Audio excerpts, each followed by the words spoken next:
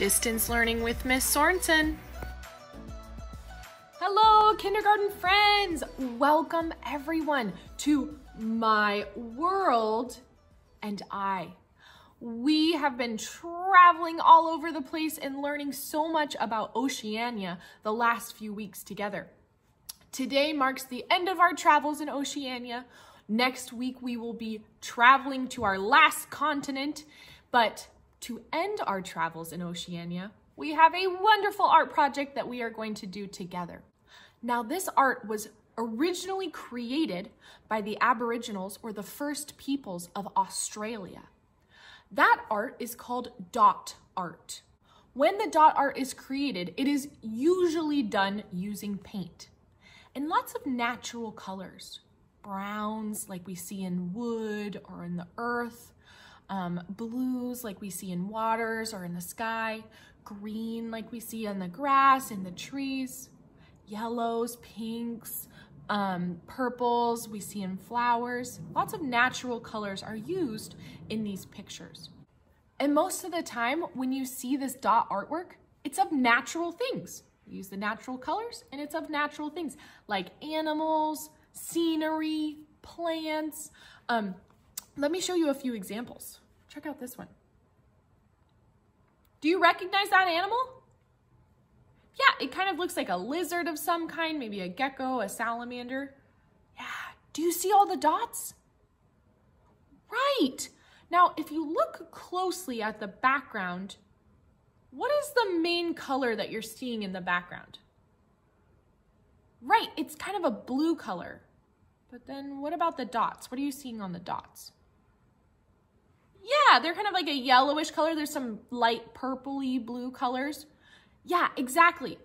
When dot art is created, there's one solid color that is done first, that's behind, and then the dots are added on top to create what's called a contrast. You can see clearly the dots because it's a whole different color than what the background is. So we can see this bright yellow salamander is sitting on a blue background, but there's different dots in the background. And you know, when dot artwork is done, most of the artwork is done using dots. There's not very many lines. We can see a very fine outline around the salamander or the lizard, but other than that, the rest of it is done with dots. Sometimes there's no lines at all. Let's check out another picture. Look at this tree. Oh my goodness, it's gorgeous. Do you see all the dots? There is not one line. This whole entire picture is done with dots. They first took, it looks like maybe a blue background, and then they added so many dots. They added dots around the circles in the background.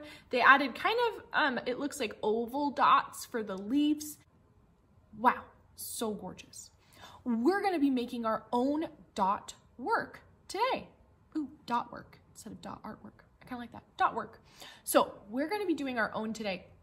But first, we're gonna look at a few more examples, and I have a story for us to read before we begin. So let's take a peek. I'm gonna start my document camera so you can see, and I have a special story for us today called The Singing Snake. And in it, you're gonna see a lot of dot artwork. Okay, so this book, as I said, is called The Singing Snake. Are you already seeing lots of dots?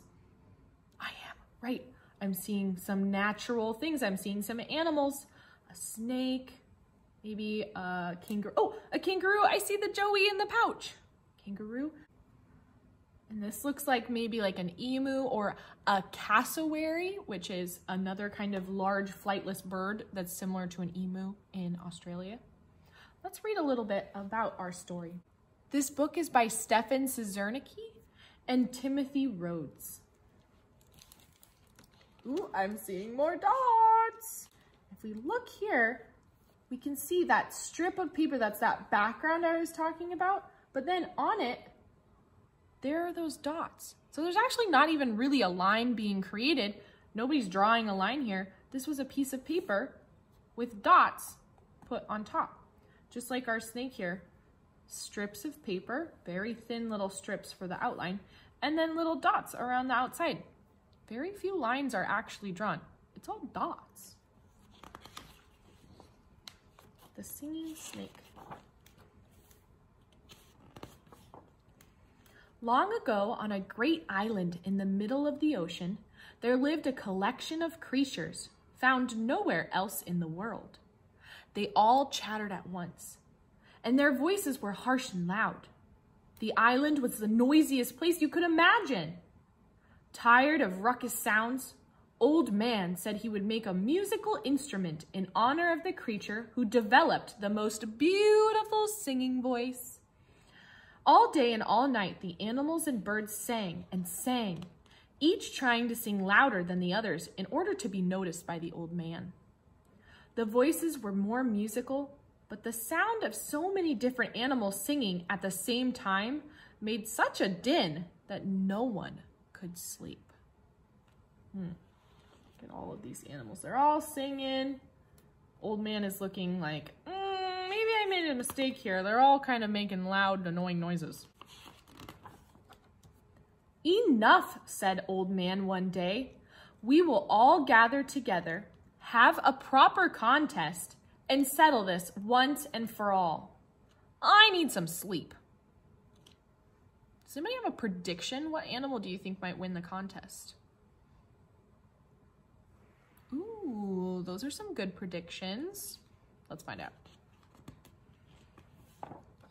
And are you noticing? Look at all of the dots. There's dots even around the outside border. Look at all the detail in the pictures. There's even snakes around the border. Look at the cute little koala, little dots. Parrot. Everything's made out of dots. A large, colorful snake listened to Old Man and thought about his chances. He wanted to win the contest, but he knew that he had only an average singing voice. It would never be judged the best. He listened carefully to the other contestants. Lark has the most beautiful voice, Snake finally decided. Look at Snake. Lots of dots. And if you notice, there's kind of this dark blue color in the background. There's the border, the background. And then on top of it, there's the white dots. Do you think if you use like a dark blue color as the dots, do you think it would stand out as much as the white dots? No, right, because the white is so different from the dark blue, so it's standing out more. It contrasts. Day after day, Snake hid in the grass beneath the trees and listened to Lark sing. At night, he went off by himself to practice, but no matter how hard he tried to imitate Lark's voice, the only result was a sore throat. After a while, Snake knew that he would never win the contest. He became very jealous of Lark's voice. Snake is trying really hard.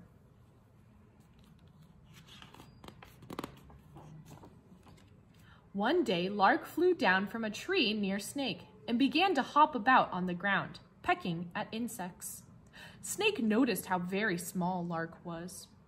He was getting an idea. If I swallowed Lark whole and was careful not to harm her and held her just at the back of my throat, then I'm sure I could borrow her voice for the song festival. Do you think that's very nice? I do not think so. That's cheating. Do you think it's gonna work? Let's see. Once Snake had made up his mind, he quickly swallowed Lark. Oh, there she is. She began to sing in protest, but her song appeared to be coming from Snake.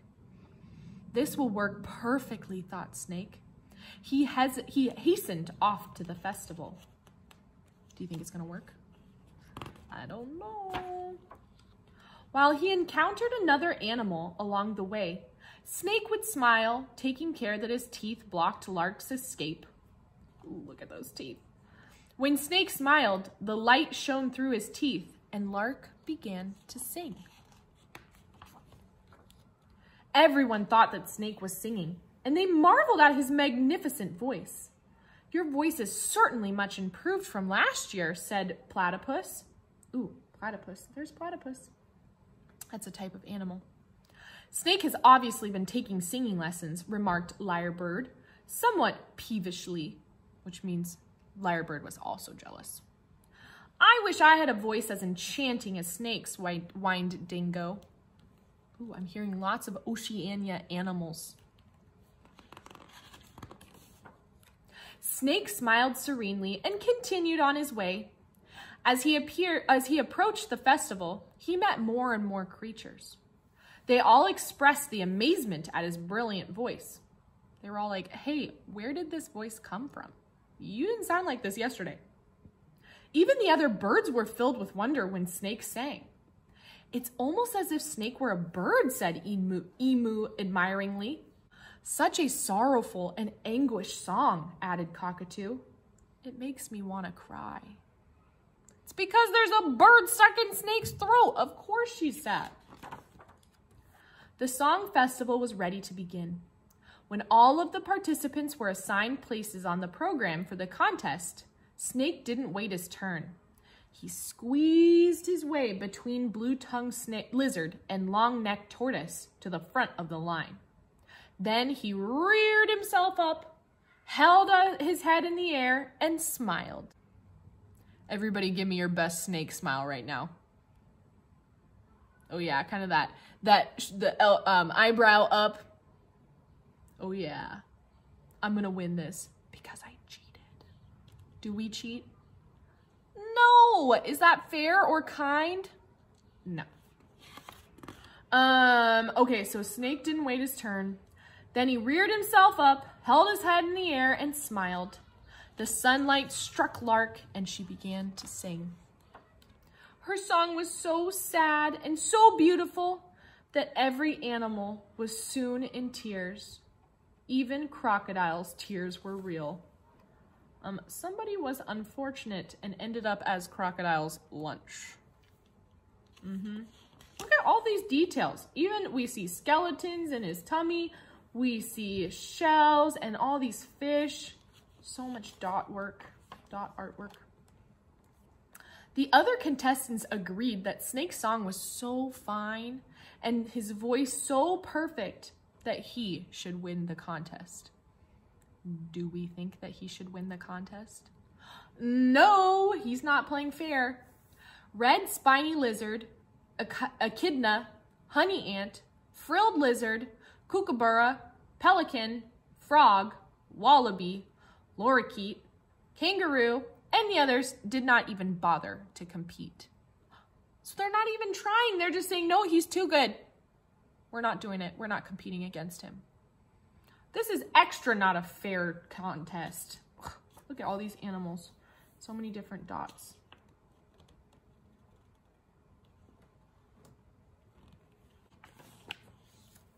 Old Man agreed and named Snake the winner of the contest.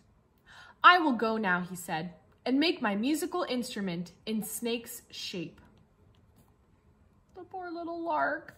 She's like, hey, that was actually me. After Old Man had gone, the animals gathered around Snake.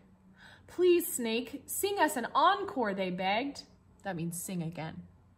Snake smiled again, but this time, instead of singing, Lark began to scratch at Snake's throat with her little feet. Scratch, scratch, scratch. You can see she's scratching. What do you think is going to happen if she's scratching at Snake's throat? That might make me cough a little bit. Let's see. Snake's cheeks bulged out as he tried not to cough. See? His eyes bulged too. A faint sound like a hiss came out of his mouth. Lark continued to scratch with her little feet. Scratch, scratch, scratch, scratch, scratch, scratch. Finally, Snake could stand it no longer.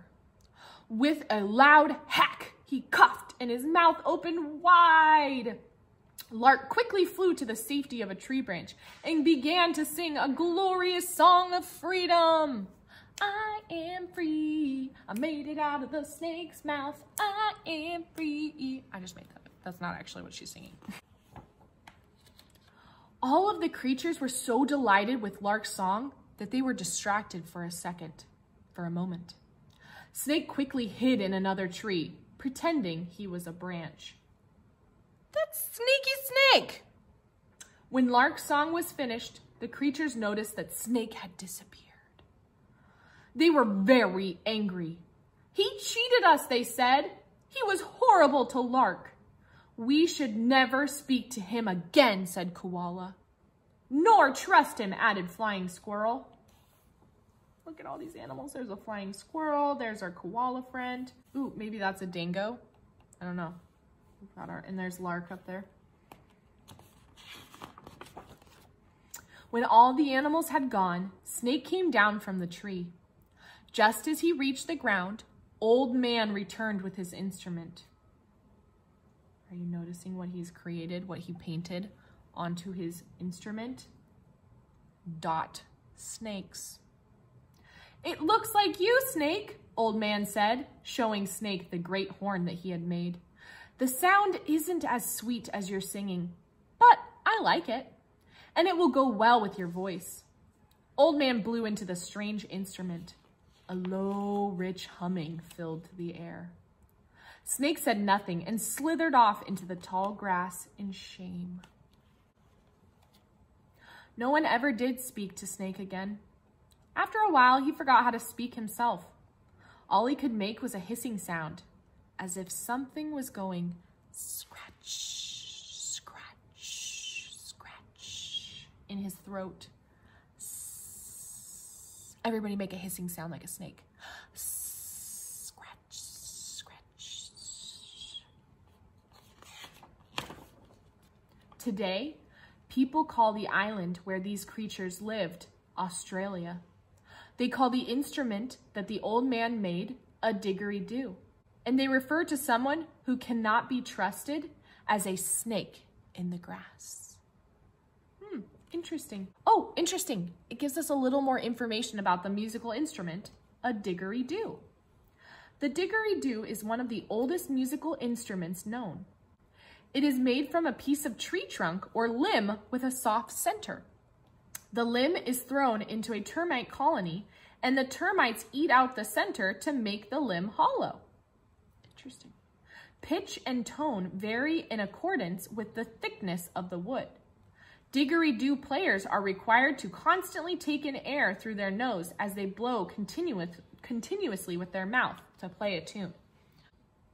Wow, that's so interesting. Let me show you the back of our page. There's some more snakes. And then the back, there's Australia with our dot art, the dot on the outside perimeter. I want to show you a little bit more about a didgeridoo because this is one of the examples I was saying earlier of things that can be painted with dot artwork. Check out this. Right? Are you seeing the dots? If you look closely in the middle of the didgeridoos, you can see the dot artwork. All those little dots, all of that artwork is done with dots. Let's take a closer look at a few more. Do you see the dots? Right, so beautiful, so much detail, so much color. We are gonna be making our own today. So when we usually do My World and I in person, what we would give you is something that looks like this. This is a kookaburra. And it says at the bottom, the kookaburra makes a funny laughing sound. You might get a piece of paper that looks like this, or you might get a piece of paper that looks like this. Ooh, lots of hungry alligators or crocodiles live in the swamps. You might get a different animal. You would get to choose. And then something cool is that you would get a piece of transfer paper. And I don't think I have an example of transfer paper here, but it's basically, oh, maybe? No. But it's basically just like see-through paper. Where'd my there's my kookaburra. It's basically like see-through paper that you would put on top of this, and then you would take a marker and put dots all the way around the outside perimeter of your animal. And then after you've done all of your dots, then what you would do is you would take the transfer paper off and you would give this paper back to one of us. And then you'd have this piece of paper that just has the outline, no lines, just dots of the outline of your animal. Since you don't have transfer paper with you today, what we're gonna do is we're just gonna create our own animals and do our own artwork like that. So I chose a yellow piece of paper as my kind of natural coloring, and I'm gonna draw a snake. Now, you can draw whatever you want to on your piece of paper. That's up to you. Now, on this paper, we're gonna be drawing an animal of some kind, or if you want, you could do a scenery picture. But what you're gonna be doing is you can choose a yellow piece of paper, or you can choose a colored piece of paper, whatever you want, or you can color a piece of paper if you have a white piece of paper at home. That's up to you. What we're gonna be doing though is I'm gonna show under my projector how I'm going to draw my snake, and then I'll do my dot artwork, and then I'll cut it out so I have my snake. So that's what I'm gonna be doing. You can choose something else or do what I'm doing. It's up to you. I'm gonna turn my document camera on now. Okay, so I'm gonna turn the camera a little bit. So I am gonna start out with kind of the slithery body of my snake. So I'm gonna take that, and I kind of made it like it's moving. I'm gonna make it like a pointed tail. And then I need to give my snake a head. There we go. So I kind of have the head of my snake, a little curvy body. There we go. It's up to you, however you want to draw, whatever you want to draw. But now I'm going to choose a color. I'm going to choose blue because that's kind of a natural color. I like the color blue. And it also stands out from the yellow. And I'm going to go around and I'm going to add some dots. I'm doing them around the outside perimeter. You can choose a different shape. You can add dots that are right next to each other that are touching. You can make them further apart. So I'm gonna add dots to my snake. I'm just doing it around the outside perimeter.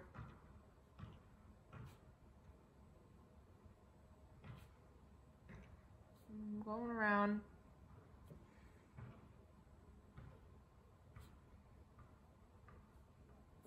And now you can do whatever you want to do. You could add different color dots. You could make a pattern. I'm kind of thinking about doing dots around in one color and then maybe around in a different color. Again, you could do bigger dots or smaller dots. Remember that tree that we saw? It had kind of oval dot shapes. I'm gonna go like this. And then I'm gonna go, maybe I'm gonna do kind of like a, ooh, maybe I'll give them purple eyeballs. Purple eyeball dots. Okay. And maybe I'll make a dotted tongue. There we go. See, I'm adding those dots. Adding the dots. Now, maybe I'll continue with a, what's another color I could do? Oh, maybe a green might stand out. I'm trying to find colors that would stand out on my page. So then I'm just gonna go around and I'm gonna add dots. Maybe the next color I choose would be, maybe I did purple. I don't wanna do purple dots because that would make the eyeballs disappear. Then, ooh, I could do red. I could do some red dots. So we're adding lots and lots of dots. When we're done, we're gonna cut it out so that all there is just the dots of our snake. You can add a ton of dots, or you could add just a few. Maybe I'm gonna fill in the rest of his face with these dots. Okay, so I got my dots. I'm gonna add some dots around here. And then if you wanted, you could glue your snake after you cut it out. You could glue it on or whatever animal you chose. Kind of looks like a slug too. Whatever natural animal you want it to be. Once you're done cutting it out, you can even glue it onto another piece of paper and add more animals. So I'm gonna cut out. And remember, when we looked at our artwork, really the part that we could see that was the line was just where we cut out the shape. You can kind of see my pencil because I really was using marker, but maybe I'll cut it out thinner afterwards so you can't see my, let me cut it out first and then I'll see what I got here. So I'm cutting out my snake.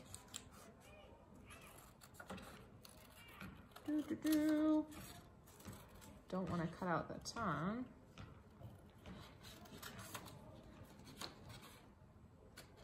Cut that off. Okay. Oh, yeah, this is starting to look like a snake. You know, I really don't want this pencil line, so I might cut it out as close as I can.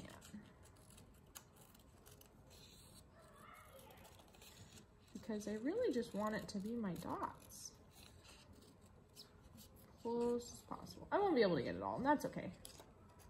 But I really just want the main focus of my artwork to be the dots. Cutting it as close as I can. Here we go. Okay, so then most of it's just my dots. Maybe afterward, maybe I'll add some more dots to make it stand out some more. Add some more bigger dots in between. You could add some designs. You could add a swirly design, or you could add pattern. That's up to you. But then afterward, you have a beautiful piece of art. Here's my dotted snake. Maybe you choose to do a kangaroo or a koala or a spider, an arachnid. You are deciding what your animal is. Okay, friends, I'm excited to see what animal dots, or maybe you decided to do a scenery picture. Maybe you decided to do a sunrise or a ooh, excuse me, about hiccups.